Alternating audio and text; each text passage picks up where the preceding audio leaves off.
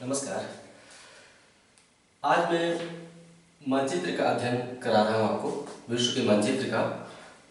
इसके पहले मैंने ब्रह्मांड, सौरमंडल, अक्षांश देशांतर, पृथ्वी पर ऋतुएं, ज्वार भाटा, पृथ्वी की गतियाँ जैसे 5-6 चैप्टर मैंने आपको पढ़ाए। अगले अध्याय जो भूगोल में आने वाले हैं इसके बाद, यानी ब्रह्मांड से लेकर अक्षांश देशांतर तक जो मैंने पढ़ाया, अब जो अगले अध्याय आने वाले हैं भूगोल के, वो वास्तव में पृथ्वी के महाद्वीपों और महासागरों से संबंधित अध्याय है। चाहे पर्वत हो, चाहे पठार हो, चाहे खाइयाँ हो, चाहे कृषि क्षेत्र हो, चाहे खनिज क्षेत्र हो, सबके बारे में आप जो भी पढ़ेंगे वो इन महाद्वीपों और महासागरों से संबंधित है। जरा कल्पना कीजिए, आप विश्व के मानचित्र से परिचित ही नहीं है और मैं आपको खनिज वाला अध्याय पढ़ा रहा हूं। मैं अगर कह रहा हूं कि यूक्रेन में फला क्षेत्र या डोनबास कोयला क्षेत्र यूक्रेन में है, तो आपके दिमाग में मानचित्र बसा हुआ होना चाहिए ताकि आप नाम आते ही ताड़ लें कि फला स्थल मानचित्र में कहाँ है, ये देश कहाँ बसा हुआ है। तो भूगोल के अगले अध्याय आप तब तक नहीं समझ सकते जब तक आप मानचित्र को न समझ जाए भली भांति। चाहे मेरे साथ या कहीं और से, आपको मानचित्र समझना ही होगा। बिना मानचित्र को समझे भूगोल अध्ययन का कोई मतलब ही नहीं है। बिना मानचित्र को अच्छे से समझे भूगोल को पढ़ने का कोई विशेष निष्कर्ष नहीं निकलेगा। मैं अक्सर लड़कों से सुनता हूं कि कहते हैं कि सर मैं अध्यायवार खत्म तो करते जा रहा हूं लेकिन मुझे खास समझ में नहीं आ रहा है, मैं क्या करूं। उसका समाधान यहाँ है।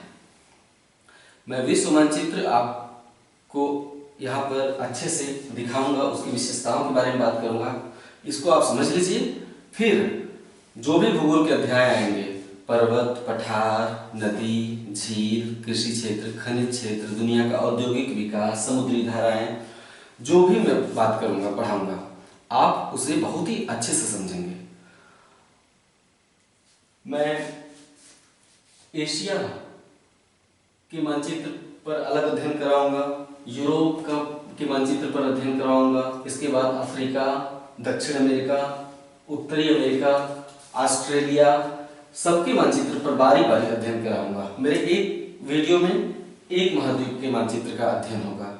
यानी अगर आप 7 महाद्वीपों में से अंटार्कटिका को छोड़ दें, 6 महाद्वीपों को ले लें, तो इन 6 महाद्वीपों पर मैं 6 वीडियो तैयार करूंगा आपके लिए, ताकि आप बारी बारी इन 6 वीडियो को एक बार अगर देख लेंगे तो बिना, अगर बाकी अध्याय आप न भी पढ़ते हैं भूगोल के, अगर आप इन 6 वीडियो को अलग अलग देख लेंगे, जैसे आज एशिया पर वीडियो है, आज का जो भी क्लास है ये एशिया पर है, तो इन 6 महाद्वीपों से संबंधित 6 वीडियो अगर आप मेरा अध्ययन कर लेंगे तो यकीन मानिए 50% विश्व भूगोल के 50% सवाल तो आप बिना कोई चैप्टर पढ़े हल कर लेंगे। ये मेरा दावा है। किसी भी लड़के से आप आगे रहेंगे एग्जाम हाल में। एग्जाम हाल में आपके तर्कस में तीर नहीं बल्कि ब्रह्मास्त्र होगा। अगर डायरेक्ट कोई सवाल आपको नहीं भी आ रहा है तो मानचित्र जब एक बार अपने दिमाग और दिल में आप अच्छे से बसा लेंगे तो यकीन मानिए सही उत्तर तक पहुंचते आपको देरी नहीं लगेगी। यही वो कमी है, यही वो लैग करता है जिसके चलते आप गलतियां अधिक करते हैं भूगोल के प्रश्नों में। जबकि भूगोल एक बहुत ही आसान सब्जेक्ट है, बशर्ते मानचित्र अच्छे से पढ़ लें। तो आइए पहले महाद्वीपों का परिचय ले दें, ग्लोब का। दुनिया जो है कि 7 महाद्वीपों और 5 महासागरों से बनी है। मैंने शुरुआत कर दिया है। दुनिया 7 महाद्वीपों और 5 महासागरों से बनी है। पहले 7 महाद्वीप देख लें। उत्तरी अमेरिका महाद्वीप, दक्षिणी अमेरिका महाद्वीप, आप जानते होंगे, लेकिन मैं शुरुआत से शुरू कर रहा हूं। मैं एक एक चीज बताऊंगा। उत्तरी अमेरिका महाद्वीप, दक्षिणी अमेरिका महाद्वीप, एशिया, यूरोप, अफ्रीका, ऑस्ट्रेलिया और दक्षिणी ध्रुव पर अंटार्कटिका। फिर से रिपीट कर रहा हूं। उत्तरी अमेरिका, दक्षिणी America, Asia, Europe, Africa, Australia और अंटार्कटिका। दक्षिणी ध्रुव पर महाद्वीप है जिसे हम अंटार्कटिका कहते हैं। उत्तरी ध्रुव पर कोई महाद्वीप नहीं है।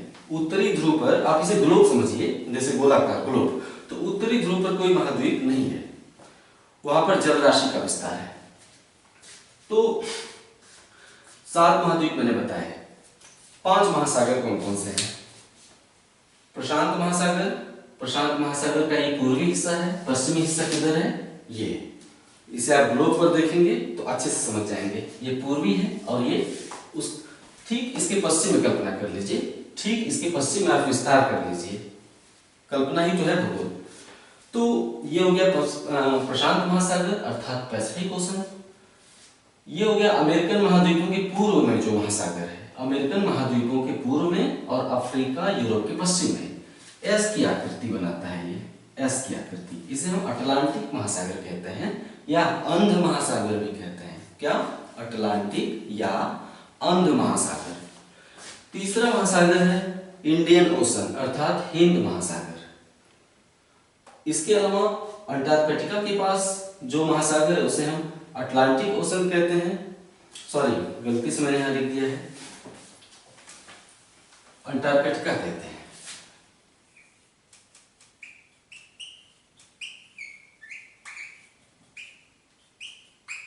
अंटार्कटिका, दक्षिणी जो महासागर है उसे अंटार्कटिका कहते हैं दक्षिणी ध्रुव के पास, और उत्तरी ध्रुव के पास जो महासागर है उसे हम आर्कटिक कहते हैं। ARCTIC, Arctic. तो ये हो गए 5 महासागर, प्रशांत महासागर, अटलांटिक महासागर, हिंद महासागर, आर्कटिक महासागर, अंटार्कटिक महासागर। ये हो गए 5 महासागर और 7 महाद्वीप। मैप में काफी कुछ लिखा जा चुका है, तो कुछ मैं लिख सकूं इसके लिए मैं महासागरों के नाम मिटा दे रहा हूं ताकि मुझे लिखने के लिए जगह शेष रहे।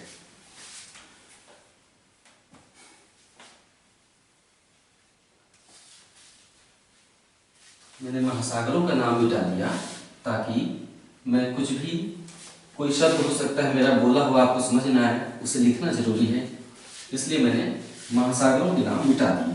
अब मेरे पास जगह है, मैं लिख सकता हूं।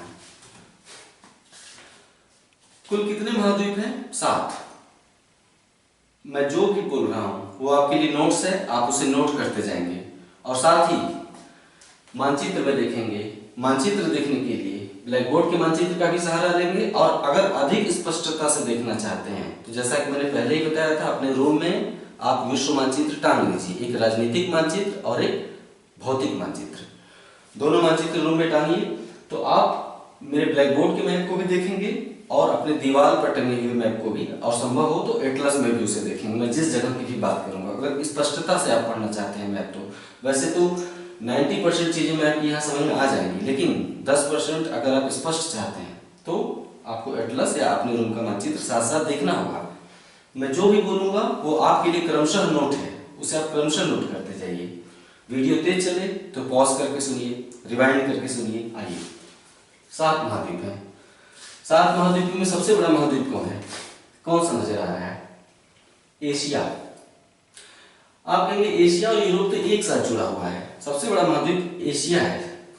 एशिया और यूरोप अलग अलग महाद्वीप नहीं है, इनका विभाजन कर दिया गया है। विभाजन करने के लिए कुछ भौगोलिक आधार लिए गए हैं, कुछ लक्षण ले लिए गए हैं। है एक ही भूमिखंड, यहाँ स्पेन है, स्पेन से लेकर रसिया के पूर्वी भाग तक एक ही भूमिखंड है, लेकिन बीच में हमने एक काल्पनिक लाइन मान ली है। उस काल्पनिक लाइन के पूर्व में एशिया है और उस काल्पनिक लाइन के पश्चिम में यूरोप है। वो काल्पनिक लाइन हमने निर्धारित कैसे की? तो रूस में एक बहुत बड़ा पर्वत है, उसको हम कहते हैं यूराल पर्वत। यूराल पर्वत के समानांतर एक लाइन खींची गई है। यूराल पर्वत जहां खत्म होता है उसके बाद कैस्पियन सागर तक, यह कैस्पियन सागर। यूराल पर्वत के बाद कैस्पियन सागर, और कैस्पियन सागर के बीचों बीच पार करते हुए पश्चिम में काला सागर। यानी यूराल पर्वत, कैस्पियन सागर, काला सागर, भूमध्य सागर, इसे हम भूमध्य सागर कहते हैं। अटलांटिक महासागर से जुड़ा हुआ यूरोप के दक्षिण में जो सकरा सागर है, ये सकरा, ये देखिए अटलांटिक से, इसमें जहाज लेके आप जा सकते हैं, इसे भूमध्य सागर कहते हैं, मेडिटेरेनियन सी। तो यूराल पर्वत, कैस्पियन सागर, काला सागर होते हुए भूमध्य सागर तक एक लाइन खींची गई है। उसके पश्चिम में यूरोप है, ईयू, ईयू अर्थात यूरोप, और उसके पश्चिम में सॉरी उसके पूर्व में एशिया है। तो सबसे बड़ा महाद्वीप एशिया है। एशिया के बाद सबसे बड़ा महाद्वीप क्या है? क्या इसे आप कितना रटेंगे? क्या सब कुछ रटा जा सकता है? नहीं, लेकिन इसे मैप से आप समझ लेंगे तो आसान हो जाता है। सबसे बड़ा महाद्वीप एशिया है। एशिया के बाद दूसरा बड़ा महाद्वीप अफ्रीका है। तीसरा बड़ा महाद्वीप उत्तरी अमेरिका है। नॉर्थ, एन मतलब नॉर्थ, नॉर्थ अमेरिका।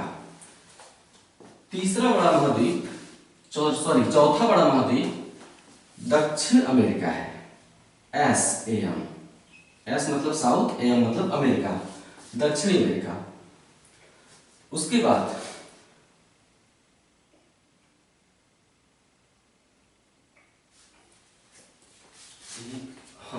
उसके बाद सबसे बड़ा महाद्वीप आपका अंटार्कटिका है।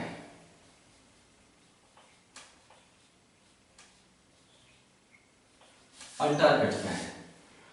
अंटार्कटिका के बाद सबसे बड़ा महाद्वीप यूरोप है। छठवां यूरोप। सातवां बड़ा महाद्वीप ऑस्ट्रेलिया।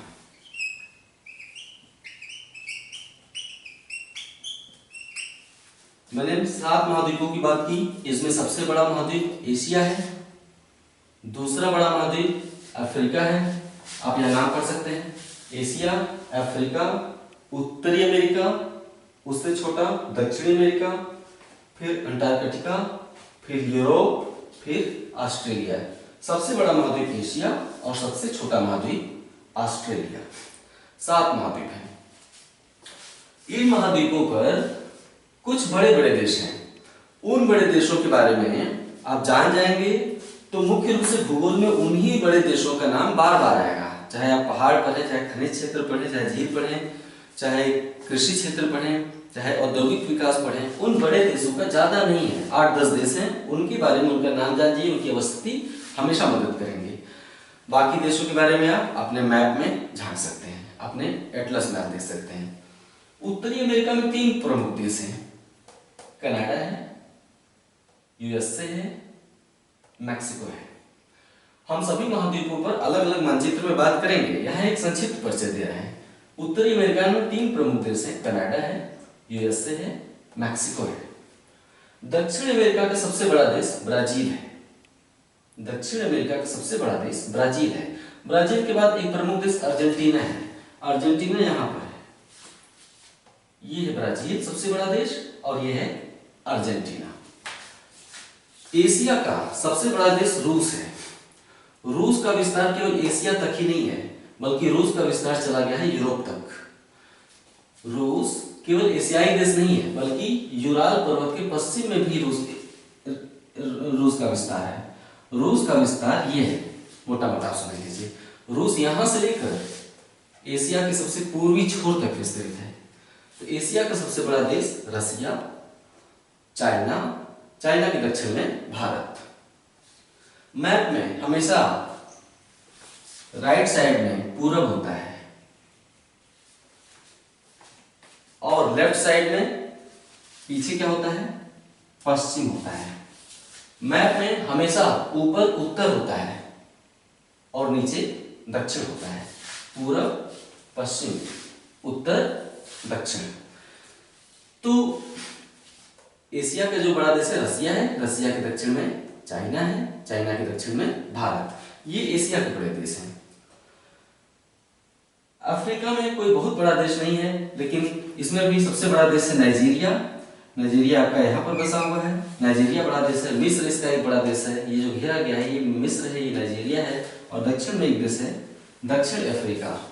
अफ्रीका के 3 प्रमुख देश हैं, एक मिस्र, नाइजीरिया और दक्षिण अफ्रीका। आप मैप में मेरे साथ साथ देखते रहिए अपने एटलस में। ऑस्ट्रेलिया है तो बड़ा महाद्वीप, लेकिन ऑस्ट्रेलिया महाद्वीप में एक ही देश है, ऑस्ट्रेलिया। ऑस्ट्रेलिया महाद्वीप में कोई दूसरा देश नहीं है। सारा ऑस्ट्रेलिया एक ही राष्ट्र के अंतर्गत है। ऑस्ट्रेलिया में भी चूंकि ज्यादातर ऑस्ट्रेलिया रेगिस्तानी है, मरुस्थली है। पश्चिमी ऑस्ट्रेलिया, हमने कहा ना मैप में इधर पूर्व होता है और इधर पश्चिम। पश्चिमी ऑस्ट्रेलिया रेगिस्तान बसा हुआ है, खनिज क्षेत्र है। ऑस्ट्रेलिया की 80% आबादी पूर्वी तट के साथ रहती है। ये पूर्वी तट देख रहे हैं, सभी शहर ऑस्ट्रेलिया के, चाहे आप मैप में देखिए, अपने एटलस में खुल गया मानचित्र में, सिडनी, कैनबरा और मेलबर्न, सिडनी, कैनबरा, मेलबर्न, जितने भी शहर हैं ये पूर्वी तट के साथ साथ हैं। ऑस्ट्रेलिया की 80% आबादी पूर्वी तट के साथ रहती है, पश्चिमी तट पे आबादी बहुत नहीं है। हम ऑस्ट्रेलिया के बारे में अलग से बात करेंगे, जैसे सभी महाद्वीपों पे। आज जो बात होगी वो एशिया महाद्वीप पर होगी। हमने परिचय कराया सभी महाद्वीपों से आपका। आज का अध्याय और ये वीडियो एशिया महाद्वीप पर, सिर्फ एशिया महाद्वीप पर केंद्रित रहेगा।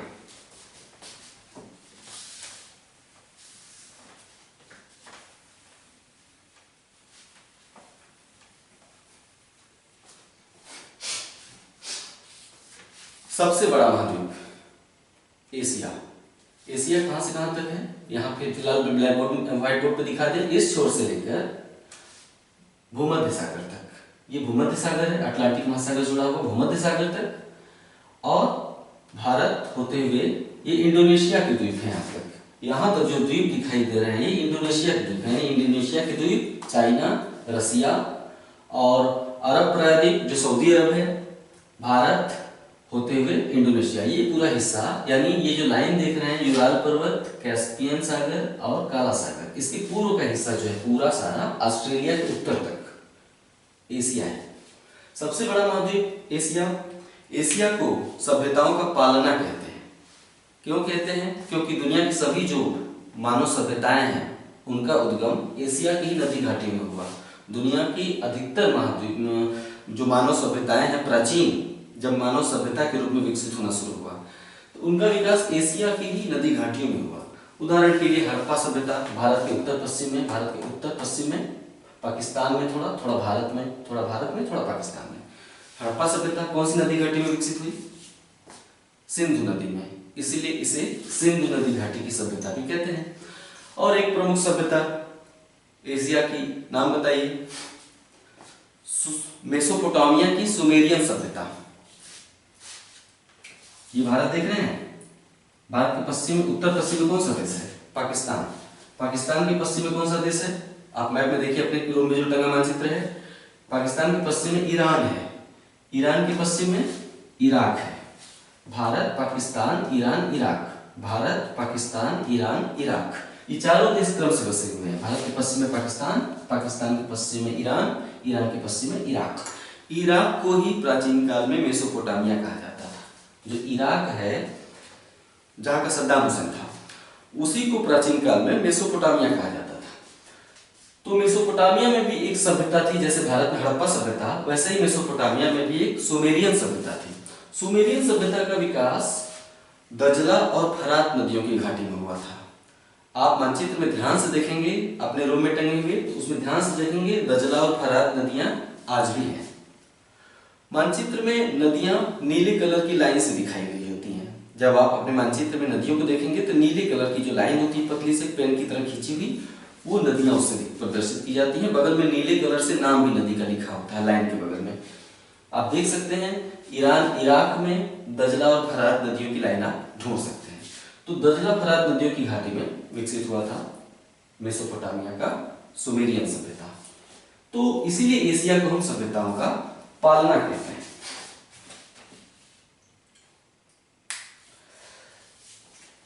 विषुवत रेखा को देख रहे हैं, 0 डिग्री अक्षांश, 0 डिग्री अक्षांश।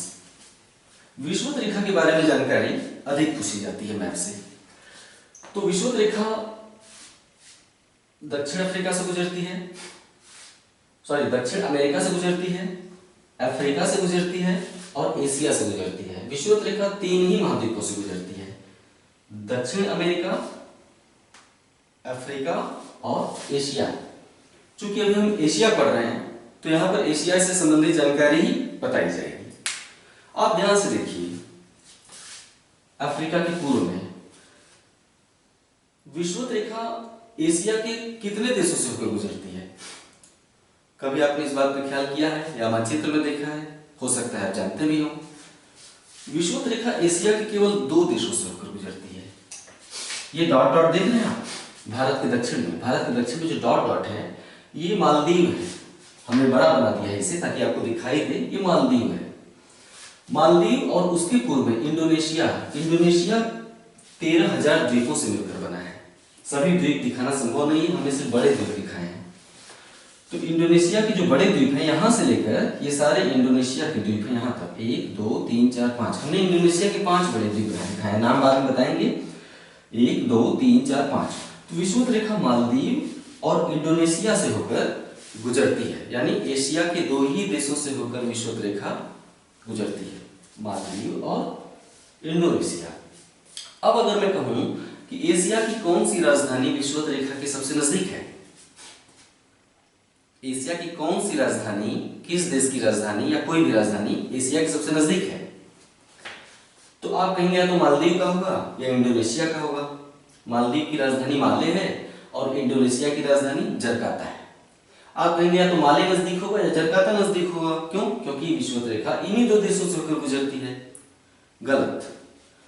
न इस देश की राजधानी सबसे नजदीक है मालदीव की और न ही इंडोनेशिया की। ये पूछा हुआ प्रश्न है, आईएएस के प्रीलिम में आया था, उस साल में दिया था, ये प्रश्न आया था, मैंने अपनी कुशलता से सही किया था, जबकि ये प्रश्न टफ था। ये है भारत। भारत के पूर्व में दक्षिण पूर्वी देश कहते हैं इनको, सॉरी हाँ दक्षिण पूर्वी देश। दक्षिण पूर्वी देश में आप मानचित्र में अपने देखिए, भारत के पूर्व में म्यांमार है, म्यांमार के पूर्व में आप थाईलैंड देखेंगे, थाईलैंड की राजधानी बैंकॉक है।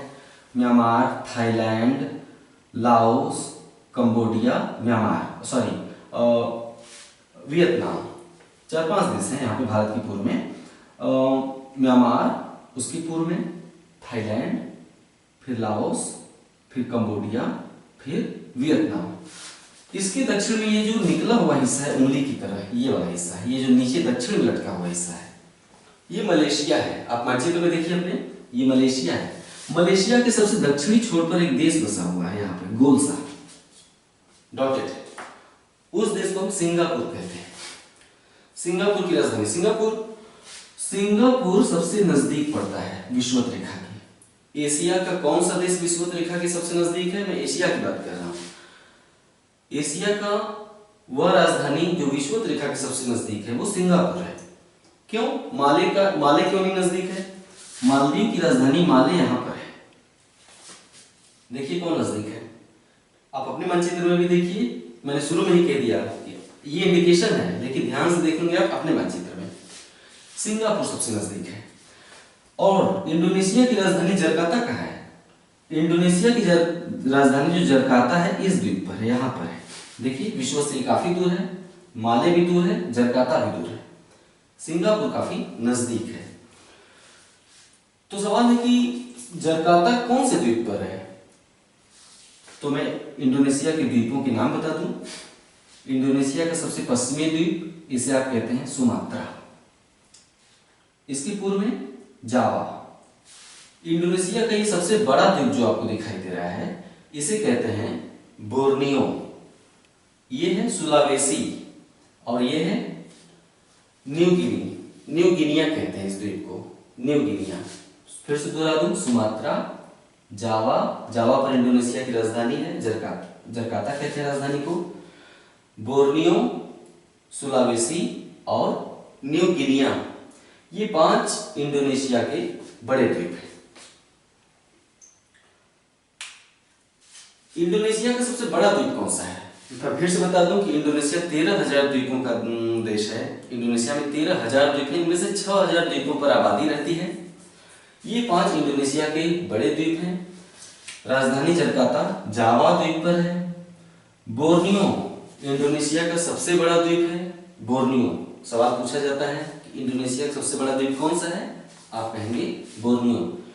लेकिन बोर्नियो केवल इंडोनेशिया के कब्जे में नहीं है, बोर्नियो पर 3 देश बसे हुए हैं। ध्यातव्य है, गौरतलब, इसे ध्यान से देखिए, बोर्नियो द्वीप पर 3 देश बसे हुए हैं।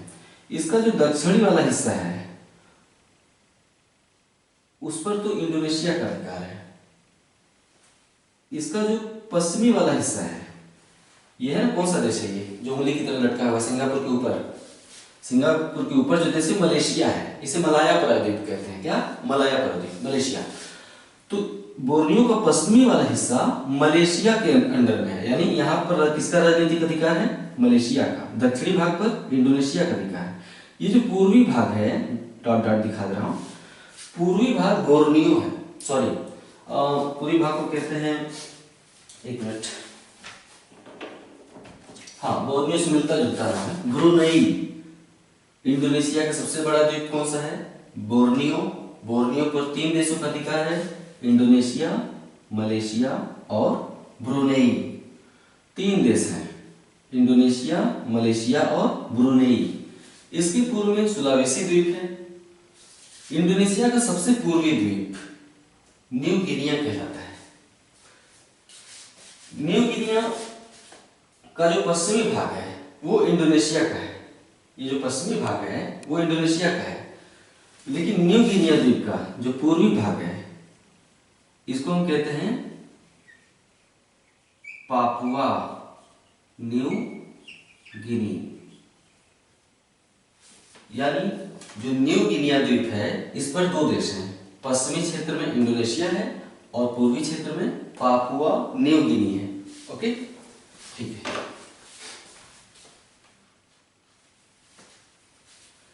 Papua New Guinea.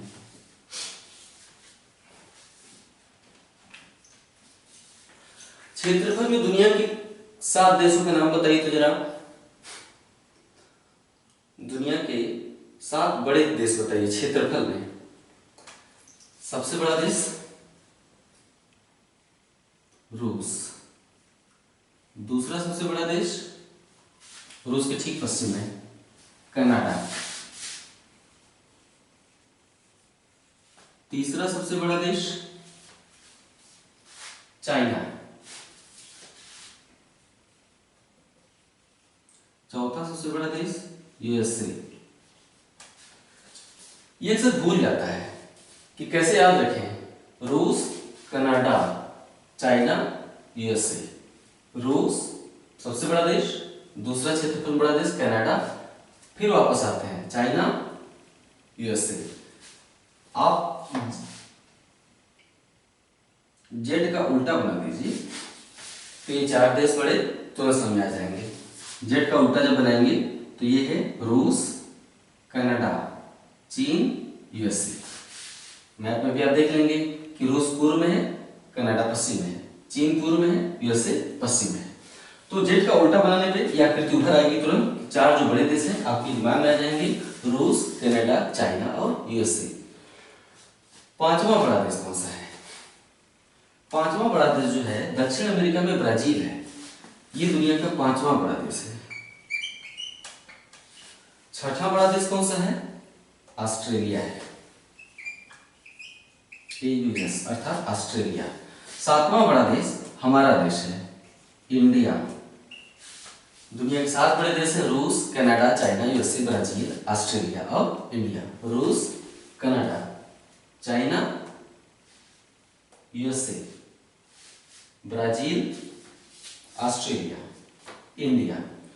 इन 7 बड़े देशों में जो दुनिया के 7 बड़े देश है क्षेत्रफल में, कितने देश एशिया के हैं?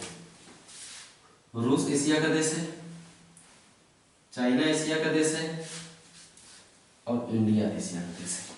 7 बड़े देशों में 3 बड़े देश एशिया के हैं। ये सारा कुछ आप नोट करेंगे, लिखते जाइए।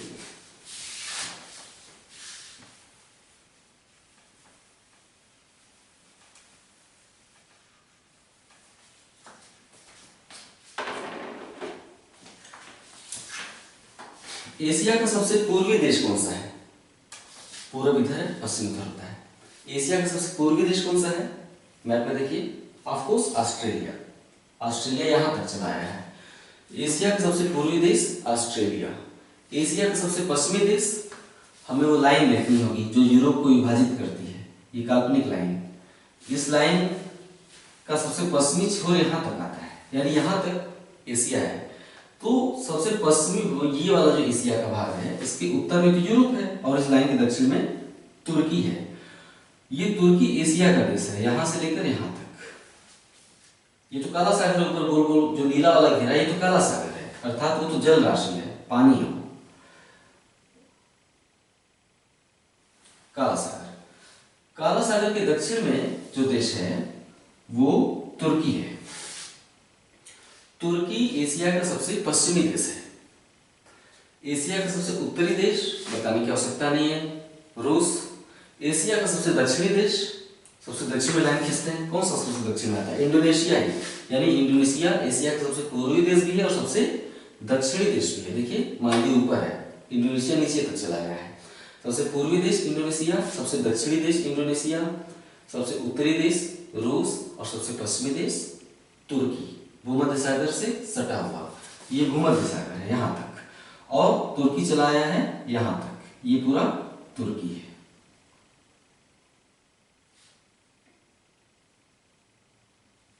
एशिया का सबसे पश्चिमी भाग पर तुर्की बसा हुआ है। तुर्की एशिया का सबसे पश्चिमी देश है। भूमध्य सागर में यहाँ एक द्वीप है बीचों बीच, उस द्वीप को क्या कहते हैं? साइप्रस। इस द्वीप पर एक देश बसा है, उसको क्या कहते हैं? साइप्रस। साइप्रस एशिया का ही हिस्सा है, लेकिन सबसे पश्चिमी देश साइप्रस नहीं है, सबसे पश्चिमी देश तुर्की है। क्यों? क्योंकि साइप्रस यहाँ पे और तुर्की यहाँ तक चला है, उसके पश्चिम तक चला है। देखिए तुर्की की पश्चिमी सीमा यहाँ तक है, तो सबसे पश्चिमी देश तुर्की है। लेकिन भूमध्य सागर में स्थित द्वीपीय देश साइप्रस भी एशिया का ही भाग है, लेकिन है कहाँ पे? भूमध्य सागर के बीचों बीच एक द्वीप पर है साइप्रस। साइप्रस की राजधानी क्या है? मैप में ढूंढ के बताइएगा आप कमेंट में। साइप्रस की राजधानी आप उत्तर बताइएगा मुझे, मैं नहीं बताऊंगा। अगर ये प्रश्न आ जाए कि एशिया की सबसे पश्चिमी राजधानी कौन सी है, मेरे दिमाग में आ गया, बहुत जरूरी तो नहीं है, लेकिन मैं देखना चाहता हूं कि आप मुझे किस हद तक फॉलो कर पाते हैं।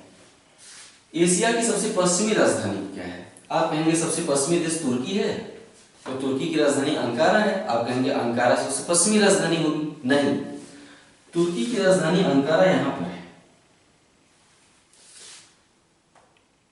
और साइप्रस की राजधानी यहां पर है। तो एशिया की सबसे पश्चिमी राजधानी पश्चिम इधर होता है, एशिया की सबसे पश्चिमी राजधानी साइप्रस की राजधानी है। साइप्रस की राजधानी आप बताएंगे कमेंट में, या फिर इस उत्तर का जवाब आप दीजिए कि एशिया की सबसे पश्चिमी राजधानी कौन सी है, कमेंट में बताइएगा। ठीक है, ये हो गया पूर्वी पश्चिमी देश एशिया के।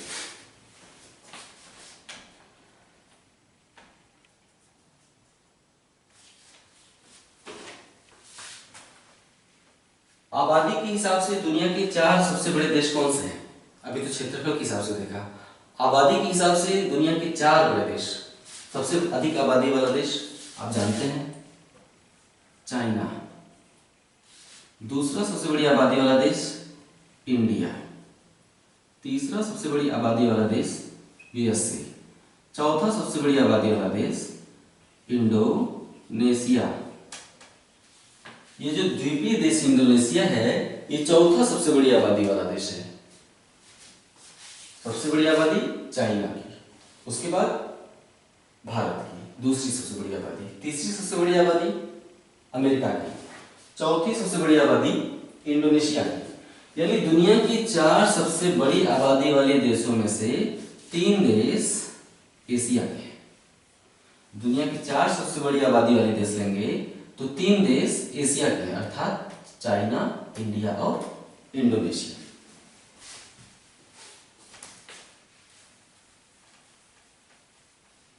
ये मानचित्र की चीज नहीं है, लेकिन साथ साथ इतर चीजें भी जानते रहेंगे तो मानचित्र में दिलचस्पी आपकी बनी रहेगी लास्ट तक।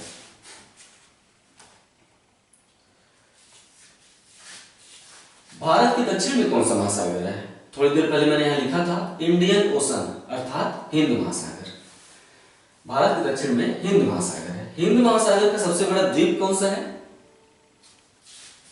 ये वाला द्वीप है, अफ्रीका के पूर्व में बसा हुआ है। अफ्रीका के पूर्व में हिंद महासागर में एक द्वीप है, वो हिंद महासागर का सबसे बड़ा द्वीप है। इसे हम कहते हैं मेडागास्कर, यानी हिंद महासागर का सबसे बड़ा द्वीप मेडागास्कर है। दुनिया का सबसे बड़ा द्वीप कौन सा है? ये तो 7 महाद्वीप हैं, दुनिया का सबसे बड़ा द्वीप कौन सा है? हिंद महासागर का तो सबसे बड़ा मेडागास्कर है, दुनिया का सबसे बड़ा द्वीप, यहाँ लिखा है ग्रीन अर्थात ग्रीनलैंड, ये दुनिया का सबसे बड़ा द्वीप है। इस पर लेकिन आबादी नहीं रहती है या बहुत कम आबादी रहती है, जनजाति रहती है, उन्हें हम एस्किमो कहते हैं। क्यों जनजाति क्यों रहती है?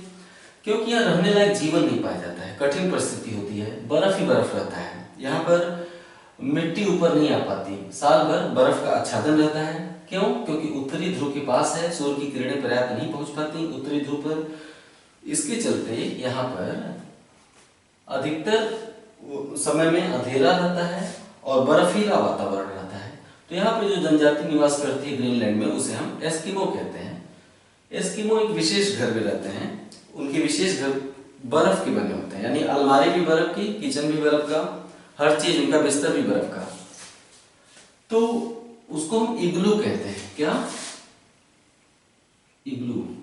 एस्किमो जिस घर में रहते हैं उसे हम क्या कहते हैं? इग्लू। याद आ गया तो बता दिया, कोई हर्ज नहीं है। इग्लू की एक विशेषता है, जो बर्फ से बना हुआ घर होता है ग्रीनलैंड का, उसकी विशेषता यह है कि जो बर्फ का घर बनाते हैं उसके अंदर टेम्परेचर अधिक हो जाता है, इसीलिए वो बर्फ का घर बनाते हैं। विज्ञान उसमें काम करता है, जैसे भी हम विज्ञान नहीं पढ़ा रहे हैं। जो एस्किमो का जो घर होता है इग्लू, उसके अंदर का तापमान बाहर से अधिक होता है, जिसके चलते इग्लू में वो रह सकते हैं। तो उत्तरी ध्रुव के पास होने के कारण ये बर्फीला एरिया है। ग्रीनलैंड उत्तरी महाद्वीप का ही हिस्सा है। जो महाद्वीप और द्वीप हैं एक दूसरे से अलग नहीं होते हैं। जैसे कि आपके खेत में अगर बारिश हो जाए और खेत डूब जाए, ठीक है, खेत में बारिश हो गई और आपका खेत पानी से डूब गया, लेकिन खेत में कुछ ऊंचे टीले होते हैं, जगह जगह मेड़ या ऊंचे टीले, वो बाहर झांकने लगते हैं, ऊपर उठ जाते हैं। तो खेत के ही हिस्से होते हैं जो ऊपर उठे हुए हैं। मैं कहना चाहता हूं कि बीच में ग्रीनलैंड और उत्तरी अमेरिका महाद्वीप के बीच में ये जो सागर है, इसे हम डेविस की खाड़ी कहते हैं या लेब्राडोर सागर कहते हैं या डेविस की खाड़ी कहते हैं। ये डेविस की खाड़ी यहां पर इसलिए आ गई क्योंकि उत्तरी अमेरिका का ये जो निकला हुआ हिस्सा है, देख रहे हैं आप, ये इसके आगे पानी में डूब गया है। तो डूब गया है तो यहाँ समुद्र हो गया है, समुद्र हो गया तो उसका नाम रख दिया गया है बैफिन की खाड़ी, डेविस सागर या जो भी हो, या लेब्राडोर सागर। 3-4 सागर है यहाँ पे आसपास। फिर ये वाला हिस्सा यहाँ डूब गया है और यहाँ पर बाहर आ गया है पानी के, यहाँ पर बाहर आ गया है, यानी ग्रीनलैंड किसका हिस्सा है? उत्तरी अमेरिका महाद्वीप का ही हिस्सा है। लेकिन ग्रीनलैंड पे न तो कनाडा का कब्जा है न ही यूएसए का। ग्रीनलैंड पर राजनीतिक अधिकार किसी और देश का है और वो है डेनमार्क। यूरोप के उत्तर में ब्रिटिश द्वीपपुंज है। मानचित्र में आप अपने लगातार देखते रहिए। यूरोप का जो उत्तर में, यूरोप की मुख्य भूमि के उत्तर में ब्रिटिश द्वीपपुंज है। ब्रिटिश द्वीपपुंज के पूर्व में एक और द्वीप है, इसे हम कहते हैं डेनमार्क। तो ग्रीनलैंड पर राजनीतिक अधिकार डेनमार्क का है। ग्रीनलैंड के पूर्व में एक और द्वीप है, इसे हम कहते हैं आइसलैंड। ग्रीनलैंड के पूर्व में आइसलैंड है। आइसलैंड की राजधानी, नाम बताइएगा आप आइसलैंड की राजधानी की।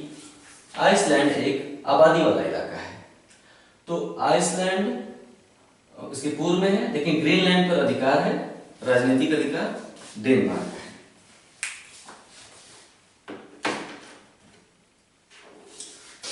एशिया इस लाइन के पूर्व में यूराल पर्वत, कैस्पियन सागर, काला सागर। इस लाइन के पूर्व में क्या है? सारा का सारा एशिया है और ये तो अफ्रीका है। एशिया पर है।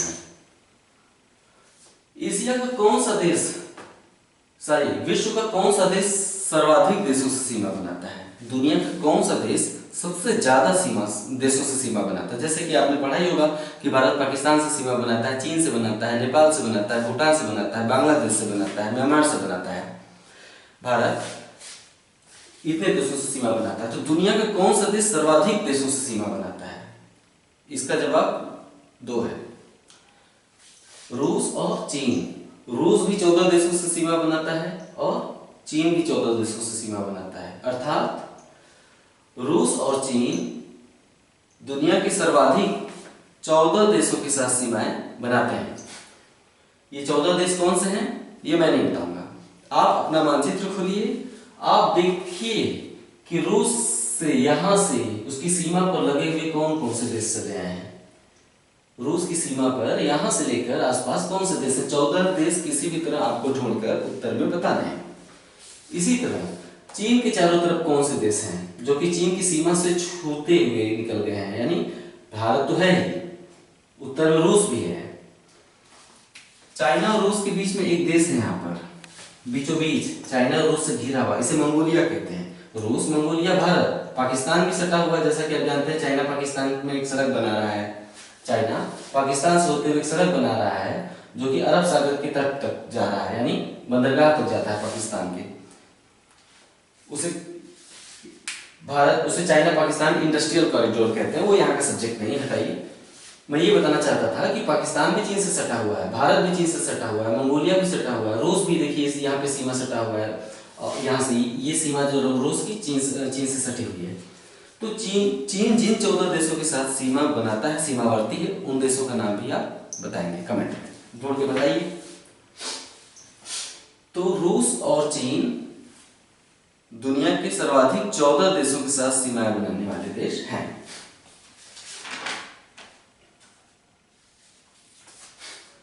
आपको एक प्रश्न का उत्तर और देना है।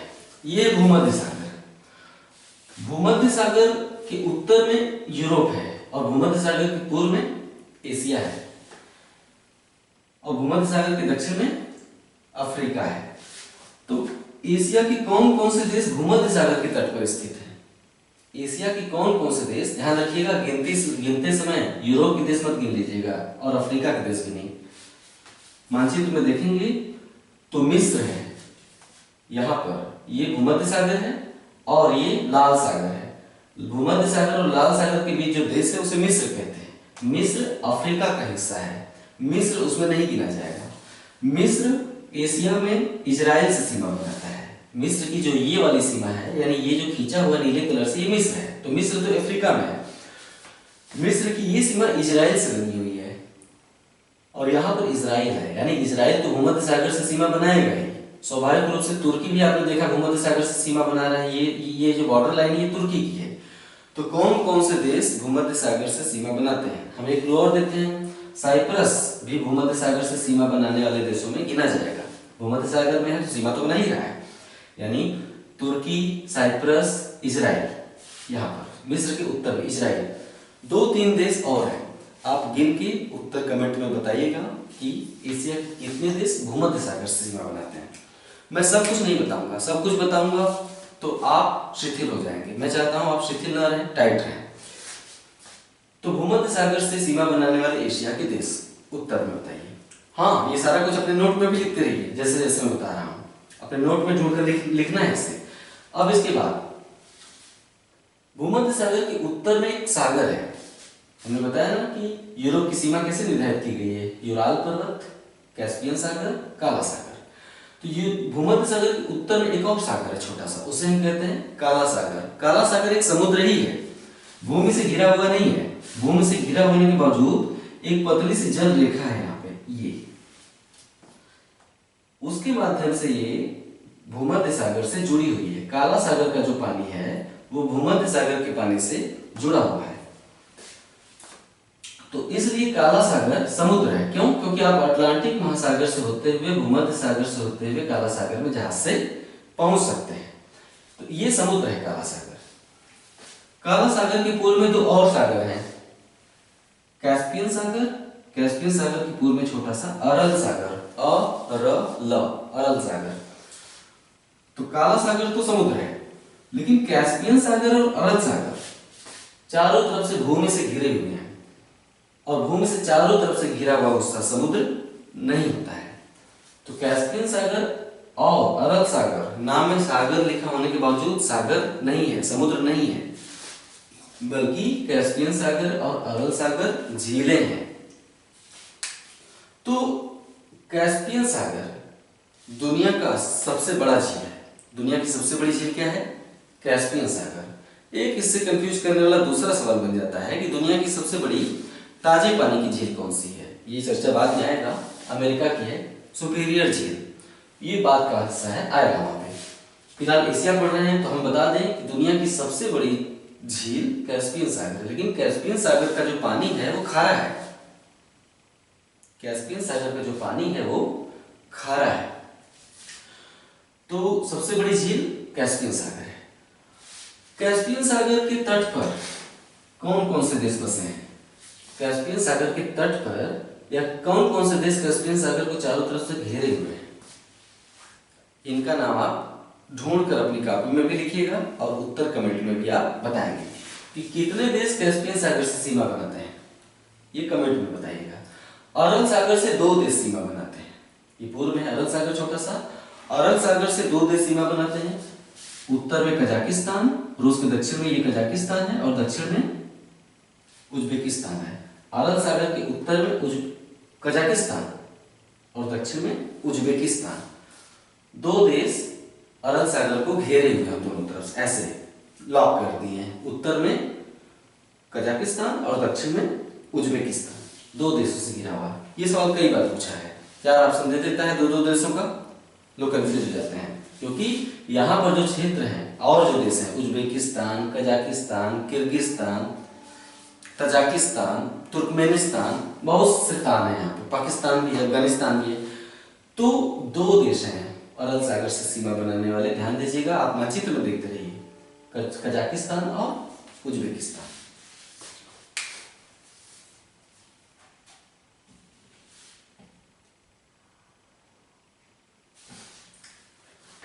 अरल सागर के उत्तर में जो देश है, यहां से लेकर यहां तक, अरल सागर के उत्तर में जो देश है उसे हम कहते हैं कजाकिस्तान। कजाकिस्तान दुनिया का सबसे बड़ा स्थलरुद्ध देश है। इसका अर्थ आप समझते हैं? गलत बोल दिया, एशिया का। कजाकिस्तान एशिया का सबसे बड़ा स्थलरुद्ध देश है, अर्थात इसके पास समुद्र तट नहीं है। ऐसे बहुत से देश हैं जिनके पास समुद्र नहीं है, लेकिन ये सबसे बड़ा स्थलरुद्ध देश है। ऐसे देशों क्या कहते हैं जिसके पास समुद्र तट ना हो, यानी चारों तरफ भूमि ही भूमि हो, उसे हम कहते हैं स्थल अवरुद्ध से मिलकर बना है स्थल रुद्ध। तो एशिया का सबसे बड़ा स्थल रुद्ध देश कजाकिस्तान। दूसरा सबसे बड़ा स्थल रुद्ध देश एम अर्थात मंगोलिया। एशिया का सबसे बड़ा स्थल रुद्ध देश कजाकिस्तान, दूसरा बड़ा स्थल रुद्ध देश मंगोलिया। मंगोलिया किन 2 देशों के बीच में है, घिरा हुआ है? रूस और चाइना के बीच में घिरा हुआ है। मंगोलिया के पूर्व में रूस और चीन की जो सीमा है, मंगोलिया के पूर्व में आप जाइए तो ये चीन और रूस की सीमा है मंगोलिया के पूर्व में, यहां से लेकर यहां तक। इस सीमा के साथ साथ एक नदी बहती है। अक्सर 2 देशों के बीच की सीमाएं नदियों से निर्धारित की जाती हैं, पहाड़ों से निर्धारित की जाती हैं। जैसे भारत चीन के बीच हिमालय पर्वत, रूस और चीन के बीच आमूर नदी, यहाँ पर यहां से लेकर यहां तक एक नदी बहती है, उसे हम कहते हैं आमूर नदी। आमूर नदी रूस और चीन के मध्य सीमा बनाती है। यहां से होकर फिर उत्तर की ओर मुड़ जाती है और यहां पर गिरती है।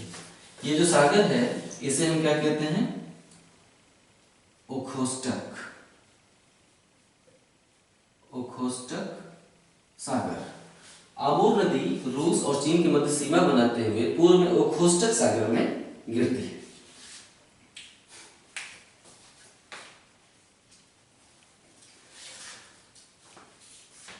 चीन के पूर्व में एक देश है, चीन के पूर्व में प्रशांत महासागर, ये पूरा हिस्सा जलराशि है। जलराशि क्या है? प्रशांत महासागर। प्रशांत महासागर के पश्चिम में और चीन के पूर्व में पश्चिमी प्रशांत महासागर में देश है, इसे हम कहते हैं जापान।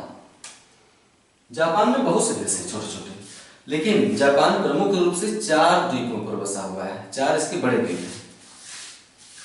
जापान, ये चारों देश हैं होक्काइडो, होन्शु, शिकोकु, क्यूशु। ये क्या है?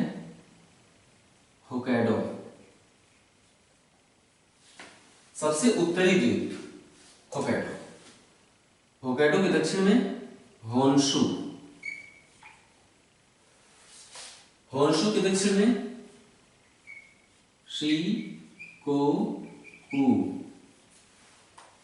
शिकोकु के दक्षिण में क्यूशु। याद कर लीजिए, Hokkaido, Honshu, Shikoku, Kyushu. Hokkaido, Honshu, Shikoku, Kyushu, ये जापान के 4 द्वीप हैं, बड़े द्वीप हैं। सबसे उत्तरी द्वीप होक्काइडो। जापान का सबसे बड़ा द्वीप कौन सा है? दिखाई दे रहा है, होन्शु, जापान का सबसे बड़ा द्वीप है। राजधानी टोक्यो होन्शु द्वीप पर ही स्थित है। जापान की जो राजधानी टोक्यो है, होन्शु द्वीप पर स्थित है। होन्शु के दक्षिण में शिकोकू, नागासाकी, जहां पर परमाणु अटैक हुआ था, नागासाकी, सॉरी हिरोशिमा, हिरोशिमा पर पहले हुआ था। हिरोशिमा शिकोकू पर है और नागासाकी क्यूशू पर है। टोक्यो होन्शु पर है, फिर नागासाकी हिरोशिमा शिकोकू पर है और नागासाकी क्यूशू पर है।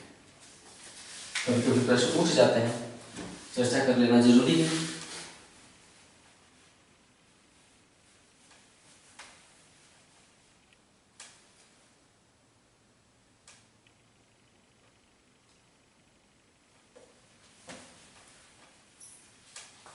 ये हो गया जापान के विषय में जानकारी। 4 द्वीपों से बना है, होक्काइडो, होन्शु, शिकोकू, क्यूशू, आपने अभी देखा। जापान के दक्षिण में चीन से थोड़ी दूरी पर हटकर यहाँ पर द्वीपों की एक श्रृंखला है। इसे क्या कहते हैं? येलो सी। चीन के पूर्व में जो सागर है उसे क्या कहते हैं? पीला सागर। और चीन के दक्षिण में जो सागर उसे क्या कहते हैं? दक्षिणी चीन सागर। यहाँ पर इंडोनेशिया के उत्तर में दक्षिणी चीन सागर है। चीन के दक्षिण में दक्षिणी चीन सागर, चीन के पूर्व में पीला सागर। पीला सागर के पूर्व में, अर्थात ये सारा प्रशांत महासागर के ही सागर है। एक महासागर में जो तट के पास छोटे छोटे हिस्से होते हैं उन्हें हम सागर कहते हैं। तो प्रशांत महासागर के पश्चिमी प्रशांत महासागर में एक द्वीपों की श्रृंखला है, आप जानते होंगे। इसे हम कहते हैं फिलिपाइन द्वीप समूह, अर्थात फिलिपाइन द्वीप समूह अर्थात फिलीपींस। फिलीपींस तो बहुत देशों से मिलकर बना है, लेकिन फिलीपींस में 3 द्वीप प्रमुख हैं। 3 द्वीप हैं। लुजोन, दूसरा है मिंडानाओ, तीसरा है समर। जापान के फिलीपींस के 3 प्रमुख द्वीप हैं, लुजोन, मिंडानाओ और समर। फिलीपींस की राजधानी मनीला किस पर है? लुजोन द्वीप पर है। राजधानी मनीला लुजोन द्वीप पर है।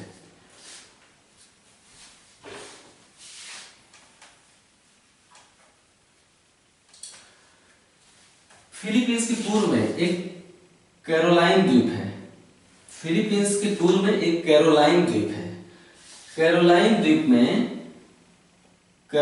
द्वीप के पास प्रशांत महासागर में दुनिया का सबसे गहरा गर्त है। गर्त को मानचित्र में त्रिकोण से दर्शाते हैं, ऐसे आप अपने मानचित्र में भी देख सकते हैं। फिलीपींस के पूर्व में कैरोलाइन द्वीप है। कैरोलाइन के पास प्रशांत महासागर में दुनिया का सबसे गहरा गर्त है, जिसकी गहराई सागर सतह से 11 किलोमीटर है। इस गर्त का नाम आप जानते हैं? उत्तर में बताइएगा। मैंने कहा फिलीपींस के पूर्व में कैरोलाइन द्वीप के पास दुनिया का प्रशांत महासागर में दुनिया का सबसे गहरा गर्त है। इसकी गहराई सागर सतह से लगभग 11 किलोमीटर है। आप इसका नाम बताइएगा, क्योंकि आप जानते हैं बखूबी। तो राजधानी मनीला लुजोन द्वीप पर है फिलीपींस की। ये हो गया मनीला के विषय में जानकारी।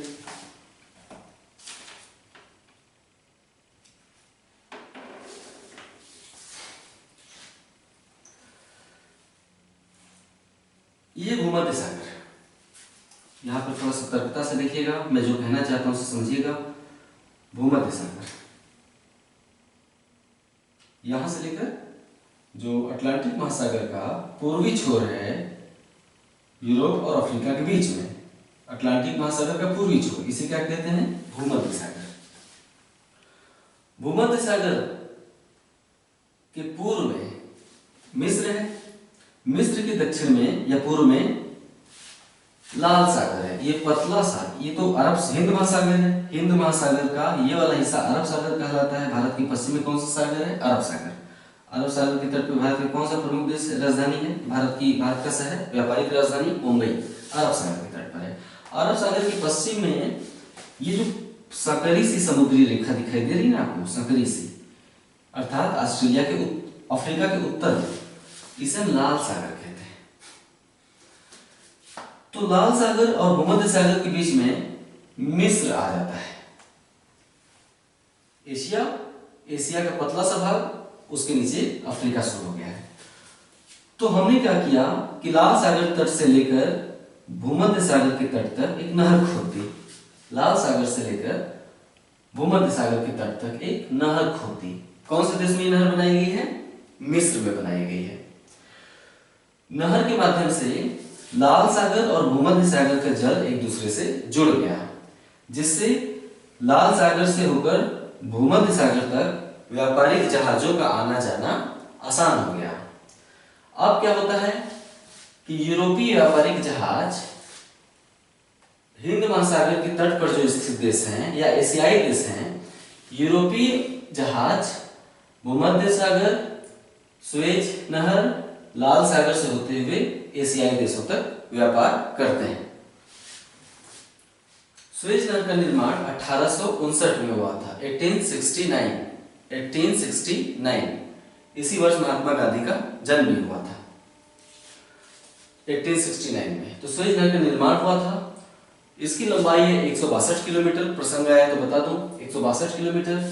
सुएज नहर के बन जाने से यूरोप और एशिया के बीच जो जहाजरानी व्यापार होता है, समुद्री व्यापार, आसान हो गया है। सुएज नहर के जब नहीं था, यानी 1859 के पहले यूरोप और एशिया के मध्य जहाजरानी व्यापार इस रास्ते से होता था। यानी अटलांटिक महासागर के तट पर जो यूरोपीय देश हैं, उन्हें अपना जहाज भेजने के लिए अफ्रीका के दक्षिण से होकर जाना पड़ता था, तब वो एशियाई देशों तक पहुंच सकते थे। लेकिन सुएज नहर बन जाने से यूरोपीय और एशियाई देशों के मध्य जलीय व्यापार का रास्ता बहुत छोटा हो गया है। समय भी बचता है, ईंधन भी बचता है, पैसा भी बचता है। तो हमने बताया कि मध्यकाल में इस रास्ते से होकर व्यापार होता था। अफ्रीका का जो दक्षिणी वाला हिस्सा है, छोर को कहते हैं अंतरीप। जो महाद्वीप का छोर होता है समुद्र की तरफ बढ़ा हुआ, उसे हम कहते हैं अंतरीप, केप, CAPE। जैसे भारत का जो दक्षिणी हिस्सा है, आप मानचित्र में देखेंगे, तमिलनाडु का सबसे दक्षिणी छोर रामेश्वरम द्वीप के पास, वहां पे लिखा होगा Cape Comorin. Cape Comorin, Comorin मतलब वही कन्याकुमारी, उसी नाम से लिया गया है। केप कैमोरिन कन्याकुमारी, कैमोरिन नाम से ही कुमारी पड़ गया है। तो कन्याकुमारी जो दक्षिणी छोर है, वास्तव में क्या है? केप कैमोरिन, अर्थात कन्याकुमारी अंतरीप। तो अफ्रीका का जो दक्षिणी छोर है समुद्र के पास, उसे हम कहते हैं उत्तमाशा अंतरीप।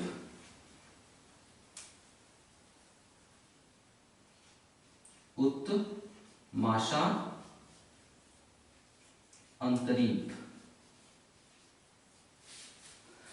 इंग्लिश में Cape of Good Hope, Cape of Good Hope, उत्तमाशा अंतरीप। तो प्राचीन काल में जो व्यापार था वो उत्तमाशा अंतरिक्ष से होकर होता था, अटलांटिक से हिंद महासागर तक। अटलांटिक से हिंद महासागर तक जहाजों को पहुंचने के लिए उत्तमाशा अंतरिक्ष का चक्कर लगाना पड़ता था। उत्तमाशा अंतरिक्ष की खोज किसने की थी? प्राचीन काल में इतना ज्ञान नहीं था, या मध्यकाल में लोग तट पकड़कर चलते रहते थे, जहाज से नाव ले लेते थे, तट पकड़कर चलते रहते थे और किसी नई दुनिया में पहुंच जाते थे। तो उन्हें नए महाद्वीपों या देशों का ज्ञान होता था। तो एक था 1487 में बार्थोलोमेउ डियाज, पुर्तगाली नाविक था बार्थोलोमेउ डियाज। बार्थोलोमेउ डियाज 1487 में अफ्रीका के तट के सहारे नाव लेकर चल पड़ा, 1487 में। तो उसने इस छोर की खोज की, अर्थात पता लगाया कि यहां से होकर इन क्षेत्रों में जाया जा सकता है।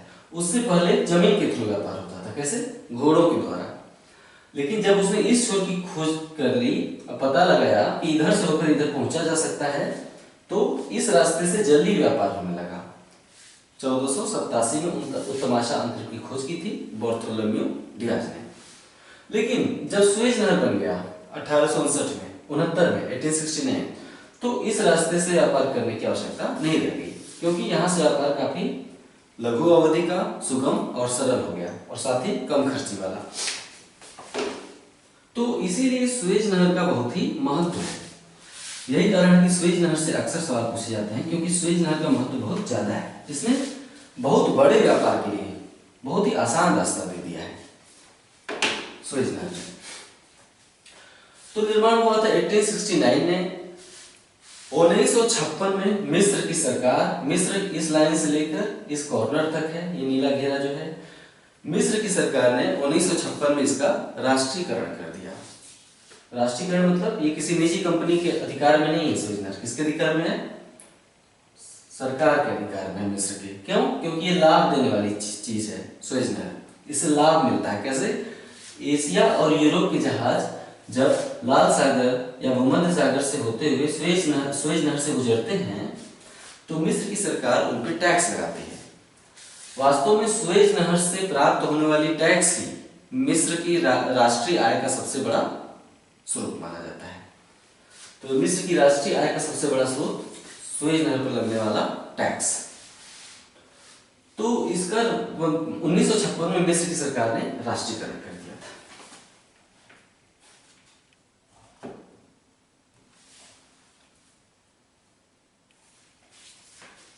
तीन ओर से जल से घिरा हुआ जो हिस्सा होता है उसे हम प्रायद्वीप कहते हैं। जैसे भारतीय प्रायद्वीप, भारत का जो दक्षिणी त्रिभुज नुमा हिस्सा है, गुजरात महाराष्ट्र से लेकर तमिलनाडु तक, ये तीनों हिस्सा तीन तरफ का, ये क्या कहलाता है? प्रायद्वीप। प्रायद्वीप यानी इधर बंगाल की खाड़ी, इधर अरब सागर और दक्षिण में हिंद महासागर। तो महासागर की तरफ बढ़ा हुआ वो हिस्सा जो तीन तरफ से जल राशि से घिरा हुआ है उसे हम प्रायद्वीप कहते हैं। इसे हम कहते हैं भारतीय प्रायद्वीप। ये लाल सागर है, लाल सागर के उत्तर में एक प्रायद्वीप नजर आ रहा है, इसे हम कहते हैं अरब प्रायद्वीप। अरब प्रायद्वीप के दक्षिण में क्या है? लाल सागर है। पूरब में क्या है? अरब सागर है। इसके उत्तर में क्या है? ओमान की खाड़ी है। इसे हम कहते हैं अरब सागर, अरब प्रायद्वीप। अरब प्रायद्वीप का सबसे बड़ा देश है सऊदी अरब। संयुक्त अरब अमीरात भी इसी पर स्थित है। यहाँ पर यह संयुक्त अरब अमीरात किस प्रायद्वीप पर है? अरब प्रायद्वीप पर है। ये वास्तव में पूरा रेगिस्तानी और मरुस्थलीय इलाका है जो अरब प्रायद्वीप का इलाका है। आप टीवी देखते होंगे कि दुबई भी एक रेगिस्तान में बसा हुआ शहर है। तो अरब प्रायद्वीप पूरा रेगिस्तानी इलाका है। इसका सबसे बड़ा देश सऊदी अरब है और सबसे धनी देश जाना माना संयुक्त अरब अमीरात है। तो अरब प्रायद्वीप के पश्चिम में कौन सा सागर है? अरब प्रायद्वीप के पश्चिम में लाल सागर। अगर सवाल पूछा जाएगा कि अरब सागर के पश्चिम में कौन सा सागर है, अरब प्रायद्वीप की लाल सागर। अरब प्रायद्वीप के दक्षिण में कौन सा सागर है? ये वाला हिस्सा, ये, इसे हम कहते हैं अदन की खाड़ी। कौन सी? ये जो कोना वाला हिस्सा है ना, लाल सागर का सबसे पूर्वी छोर, इसे हम कहते हैं अदन की खाड़ी। अरब प्रायद्वीप के उत्तर में कौन सा सागर है? ये जो अरब सागर है, अरब सागर का ये वाला हिस्सा देखिए, जल राशि यहां तक चली आई है। तो अरब प्रायद्वीप के उत्तर में कौन सा सागर है? इसे हम कहते हैं ओमान की खाड़ी, अर्थात ओमान की खाड़ी, अरब सागर, अदन की खाड़ी, लाल सागर। ये छोटे छोटे सागर है। जानकारी दे दिया। सागरों का उल्लेख हम बाद में करेंगे, सागरों पर विस्तृत चर्चा होगी, सागर और महासागर अलग से पढ़ाए जाएंगे। हम तो बस परिचय करा रहे हैं आपका मानचित्र से। और ये हो गए दो प्रायद्वीप, भारतीय प्रायद्वीप, अरब प्रायद्वीप। एक रूस का प्रायद्वीप, ये देखिए उंगली की तरह से निकला हुआ हिस्सा, रूस का हिस्सा, इसे हम कहते हैं कमचटका प्रायद्वीप। ये है कमचटका प्रायद्वीप। किसका हिस्सा है? रूस का। कमचटका प्रायद्वीप आगे जाके जल में डूब गया है। कहां निकला है? जापान के रूप में। आप ध्यान दीजिए, कमचटका प्रायद्वीप का जो हिस्सा है यहां पे जल में डूब गया है, फिर बीच बीच में निकला है बाहर की तरफ। इसे क्या कहते हैं? Hokkaido, Honshu, Shikoku, Kyushu. महाद्वीप ऐसा ही है, कहीं डूब गए हैं, कहीं फिर निकल गए हैं। निकल गए तो हमने अलग द्वीप का नाम दे देते हैं। तो कमचटका प्रायद्वीप से छोटे छोटे द्वीपों की श्रृंखला समझते हुए नजर आती है, ऐसे ऐसे ऐसे ऐसे, ठीक है। कमचटका प्रायद्वीप के दक्षिण में छोटे छोटे द्वीपों की श्रृंखला है। कहाँ तक चली गई है? जापान के होक्काइडो तक चली गई है। कमचटका और होक्काइडो के बीच में द्वीपों की श्रृंखला है, उसे हम क्या कहते हैं? क्यूराइल द्वीप समूह। क्या? क्यूराइल द्वीप समूह। क्यूराइल द्वीप समूह किस देश के हिस्से हैं? रूस की। कमचटका प्रायद्वीप और क्यूराइल द्वीप समूह रूस के हिस्से हैं, न कि जापान के। कमचटका प्रायद्वीप क्यूराइल द्वीप समूह से घिरा हुआ ये जो सागर है पश्चिम में, इन दोनों के पश्चिम में क्या कहते हैं? थोड़ी देर पहले बताया, ओखोस्टक सागर।